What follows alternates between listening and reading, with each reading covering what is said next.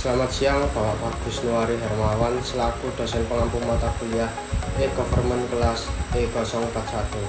Saya Muhammad Arif Radiansyah dengan NPM 2404 1010234. Video ini saya buat bertujuan dalam rangka mengerjakan penugasan ETS. Oke, langsung saja untuk soal yang pertama. Jelaskan perbedaan antara tata kelola pemerintahan konvensional dengan berbasis digital. Jawabannya, tata kelola pemerintahan konvensional merupakan model tradisional di mana pemerintah bertindak sebagai penyelenggara tunggal dengan peran utama dalam mengendalikan, mengatur, dan memberikan pelayanan secara hierarki. Model tersebut masih bergantung pada sistem manual dan birokrasi yang panjang, seperti pengarsipan dokumen fisik, pelayanan langsung di kantor, dan komunikasi tatap muka. Sehingga hal tersebut sering menyebabkan proses yang lambat, kurang efisien, dan rawan penyimpangan. Sedangkan e-government merupakan upaya pemerintah untuk menggunakan teknologi informasi dan komunikasi di mana meningkatkan efisiensi, efektivitas, transparansi, dan akuntabilitas dalam penyelenggaraan pemerintahan serta pelayanan publik.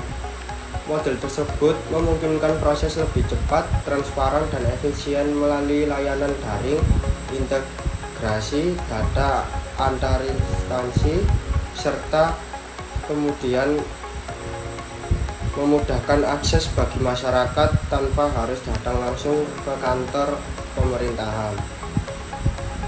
Baik, lanjut ke soal yang kedua. Jelaskan solusi yang dapat dilakukan oleh pemerintah untuk menyelesaikan permasalahan kesenjangan digital yang dialami oleh aktor pemerintah dan masyarakat. Ada beberapa solusi yang dapat diterapkan oleh pemerintah. Di antaranya, meningkatkan infrastruktur digital seperti perluasan jaringan internet ke daerah terpencil agar semua wilayah dapat mengakses layanan digital. Untuk solusi selanjutnya,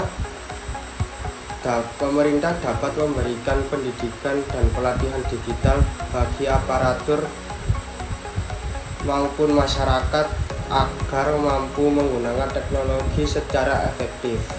Selain memberikan pendidikan, pemerintah juga seharusnya menyediakan subsidi atau bantuan perangkat teknologi bagi masyarakat yang kurang mampu, agar mereka tidak tertinggal dalam pemanfaatan layanan digital. Dan untuk solusi yang terakhir, pemerintah dapat melakukan kampanye literasi digital nasional untuk meningkatkan kesadaran serta kemampuan masyarakat dalam menggunakan teknologi dengan bijak dan produktif.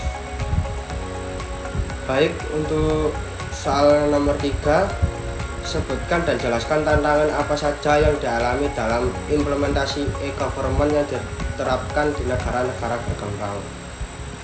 Ada beberapa tantangan yang dihadapi. Di antaranya, yang pertama, terbatasnya infrastruktur digital seperti jaringan internet yang belum merata. Dan yang kedua, masih terdapat kesenjangan kemampuan SDM, baik di kalangan aparatur maupun masyarakat dalam memahami teknologi. Untuk yang ketiga, kurangnya anggaran dan prioritas kebijakan karena masih banyak sektor lain yang dianggap lebih mendesak. Untuk yang keempat, masih lemahnya keamanan data dan privasi karena sistem digital yang belum kuat, serta rawan terhadap kebocoran informasi. Dan untuk yang terakhir, yang kelima, terdapat resistensi terhadap perubahan, terutama dari birokrat yang sudah terbiasa dengan sistem konvensional. Nah, untuk soal yang terakhir, soal yang keempat, menurut Anda, bagaimana penerapan prinsip transparansi dan akuntabilitas dalam governance digital dapat meningkatkan kepercayaan publik terhadap lembaga pemerintahan? Baik, menurut saya, prinsip transparansi dalam governance digital dapat diwujudkan dengan menyediakan akses terbuka terhadap informasi publik melalui portal resmi pemerintah, laporan keuangan daring, serta sistem pengaduan online yang mudah diakses. Dan untuk akuntabilitas dapat diterapkan melalui sistem pelacakan kinerja dan pelaporan digital yang dapat diaudit secara real time. Dengan dua hal tersebut dapat meningkatkan kepercayaan publik karena masyarakat dapat melihat secara langsung bagaimana keputusan bisa diambil dan anggaran yang digunakan serta hasil kerja pemerintah yang dipublikasikan secara terbuka. Dan ketika publik merasa dilibatkan serta mendapatkan informasi yang jujur, tingkat kepercayaan terhadap lembaga pemerintah pun meningkat.